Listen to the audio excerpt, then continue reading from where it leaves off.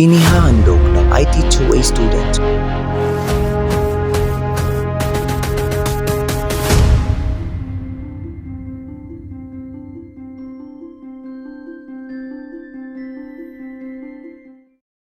Matuto sa nakaraan,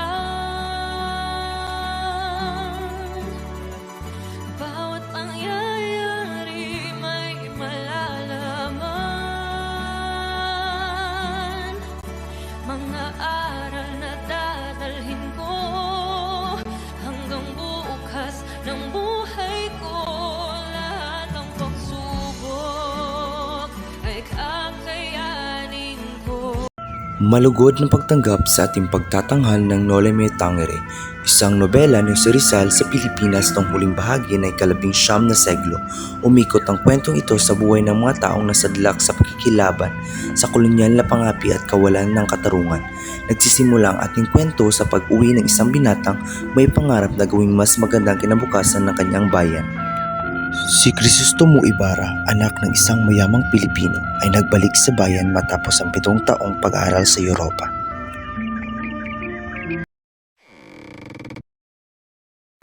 Maligayang pagbabalik, Crisostomo. Ikinararangal namin ang iyong presensya. Salamat, Kapitan Tiago. Napakasarap muling makabalik dito sa bansa sa loob na ilang taon. Halika at ipakilala kita sa aking mga bisita. Isang marangyang handaan ang hinihanda sa bahay ni Kapitan Tiago kung saan muling niyang makikita ang kanyang kasintahan si Maria Clara. Ngunit agad na sumiklab ang tensyon dahil sa mga lumang alitan.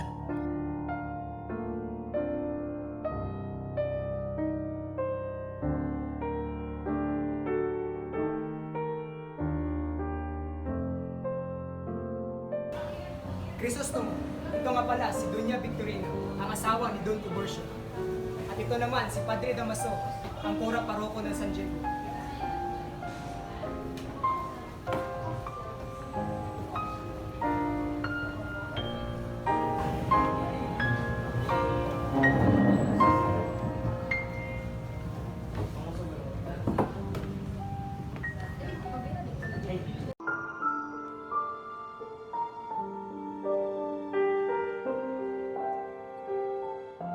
Crisostomo, matagal kong hinintay ang sandali nito.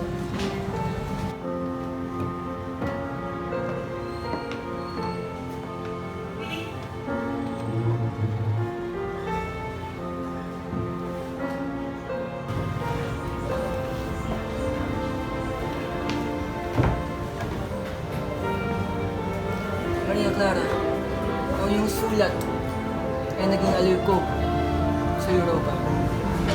Aba Ibarra, ano bang natutunan mo sa Europa? Ang mga alipusta ng mga praile? Marami ako natutunan, Padre Damaso. Kabilang ang kahalagaan ng edukasyon at progreso para sa ating bayan. Edukasyon? Akala ng mga kabataan ito ay kaya nilang baguhin ang lahat.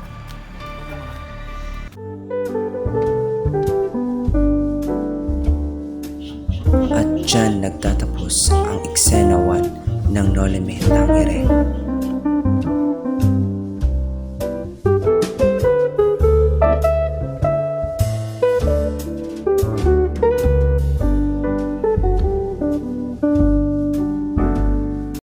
Ang nilapastang puntod. Habang binibisita ni Ibarra ang puntod ng kanyang ama, natuklasan niya ay ito'y nilapastangan, isang utos mula kay Padre Damaso, isang makapangyarihan at tiwaling praile. Si Elias, isang misteryosong kaibigan, ay nagbigay babala sa kanyang tungkol sa mas malalim na katiwalian sa kanilang bayan.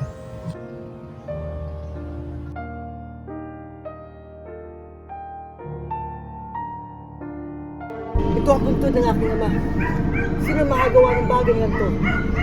Ang mga praile, Senyor Ibarra. Inutos ni Padre Damaso na ugayin ang bagay ng iyong ama at iyong sabihin. Isang malaking kalapastangan ito. Narapat lamang nirespeto ng aking ama. Malalim ang katiwalian dito, Crisostomo. Kaya tayo mag-ingat. Si Sisa at ang kanyang mga anak. Si Sisa, isang dukhang ina, ay nahaharap sa sarili niyang trahedya. Ang kanyang mga anak, sina Crispin at Basilio, ay pinaratangan ng pagnanakaw ng mga praile. Basilio, bakit kayo mukhang takot na takot? Pinaratangan kami ng mga praile, inay. Sabi nila, nagnakaw daw kami at may utang sa kanila. Hindi totoo yan. Gusto lang nila kaming parusahan. Mga anak ko, paano tayo makakatakas sa paghihirap na ito? Pag-ibig at pagsasabuatan. Sa hardin ng bahay ni Kapitan Tiago, ibinahagi ni Ibarra ang kanyang pangarap na magtayo ng paralan kay Maria Clara. Ngunit ang kanilang sandali na kaligayahan ay natitinag sa pagsasabuatan ni Padre Salve na natangi kay Maria Clara at nagbabalak laban kay Ibarra. Maria Clara, magpapatayo ako ng paaralan para sa ating bansa. Ang edukasyon, ang susi, para sa ating kinabukasan. Naniniwala ko sa iyo, Crisostomo. Ang iyong pangarap ay aking pangarap din. Dapat matigil si Ibarra. Ang kanyang impluensya kay Maria Clara at sa bayan ay nagbabanta sa aming kapangyarihan. Mga bintang na walang katotohanan. Ang payapang kapaligiran ay nangambala ng si Ibarra ay maling pinaratangan ng pamumuno ng isang pag-alsa. Siya ay inaresto sa diwasan, ngunit sa gitna ng kaguluhan, ipinangako ni Elias na tutulungan siya.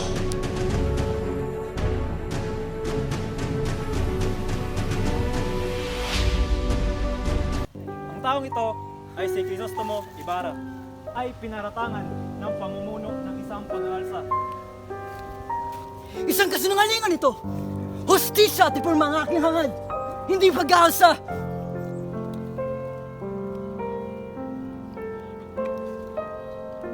Tiwala lang, Ibarra. Maghahanap ako ng paraan upang matulungan ka. Tingnan niyo ang bayani ngayon. Kay dali niyang bumagsak.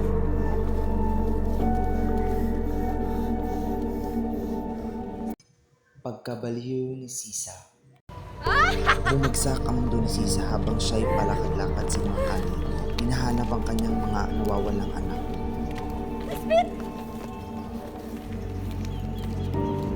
Basilio! Nasaan na kayo mga anak ko? Inay, ako po ito, si Basilio. Nakita mo ba ang mga anak ko? Nawawala sila.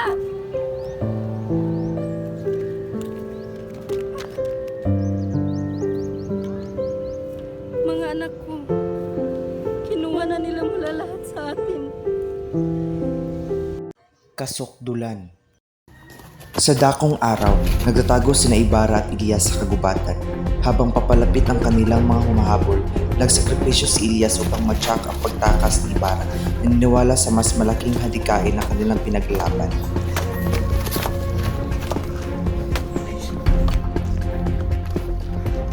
Hindi tayo pwede magpatuloy na ganito, Elias. Mahuhuli nila tayo. Hanap tayo ng paraan. Nagsusulong tayo ng isang mas mataas at hikain. Tumakbo ka na, Ibarra! Ako na bahala rito! Hindi! Hindi kita iiwan, Elias! Kailangan mo na umalis! Ang pag-asa ng ating bayan ay nasa iyong mga kamay! Takbo! Takbo! Ang kapalaran ni Maria Clara. Labis na nalumbay at naniwalang patay na si Ibarra. Si Maria Clara ay nagretiro sa kumbento. Si Padre Salve, na matagal na siyang inaasam, ay nakikita ito bilang kanyang tagumpay. Crisostomo, ipagdarasal ko na ikaw ay ligtas. Ang kumbento ng iyong kanlungan ngayon, Maria Clara. Kalimutan mo na ang nakaraan. Hindi ko kayang kalimutan. Si Crisostomo ang laman ng aking puso. Sa paglipas ng panahon, matututo ka rin tanggapin ang iyong bagong buhay. Ang pagtuklas ng lihim. Sa kanilang pagtakas, nadiskubre ni Ibarra ang lihim ni Padre Salve tungkol sa tunay na kalagayan ni Maria Clara. Kailangan tayo mag-ingat, Elias. Kung mahuli tayo ngayon, siguradong katapusan na natin ito. Alam ko, may kailangan natin malaman ng totoo. Nandito ang mga sikreto ng mga tayo.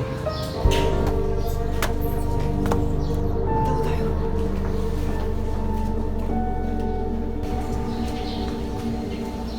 Kailangan ko ito mabuti. Hindi dapat malaman ni Maria Clara ang tunay na pagkatao. Ano ibig sabihin? May tinatago siyang lihim. Kailangan natin malaman kung ano yun. Nagpatuloy si Padre Salvi sa kanyang ginagawa habang tahimik na sumisilip sina Ibarra at Elias. Kung malaman ni Maria Clara na hindi siya ang tunay na anak ni Kapitan Tiago, mawawa na siya sa akin.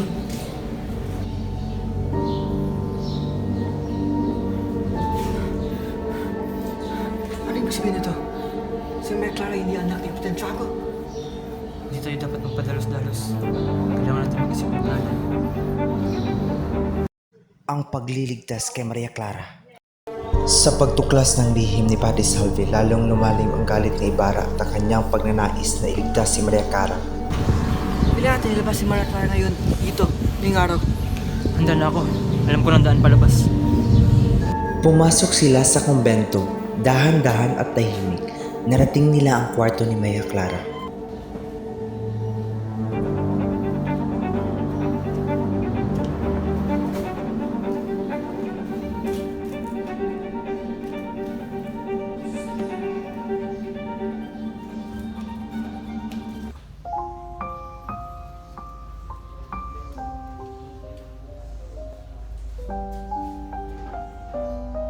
Maria Clara, nandito na ako.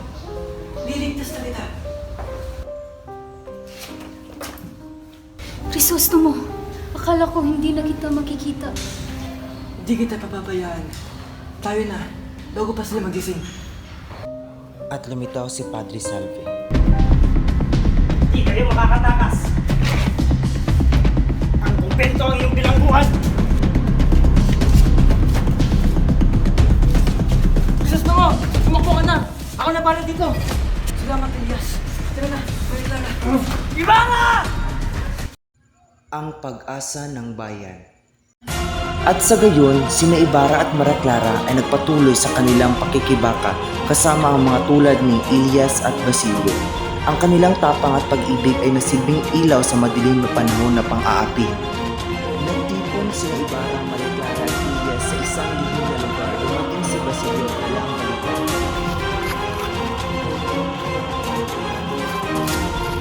Senyor Ibarra, malapit na ang mga kawal. Kailangan natin maghanda.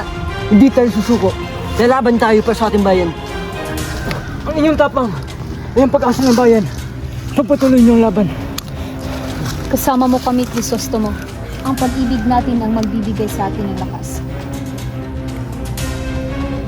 Matuto sa nakaraan. Bawat pangyayari may malalaman. Mga aral na dadalhin ko hanggang bukas ng buhay.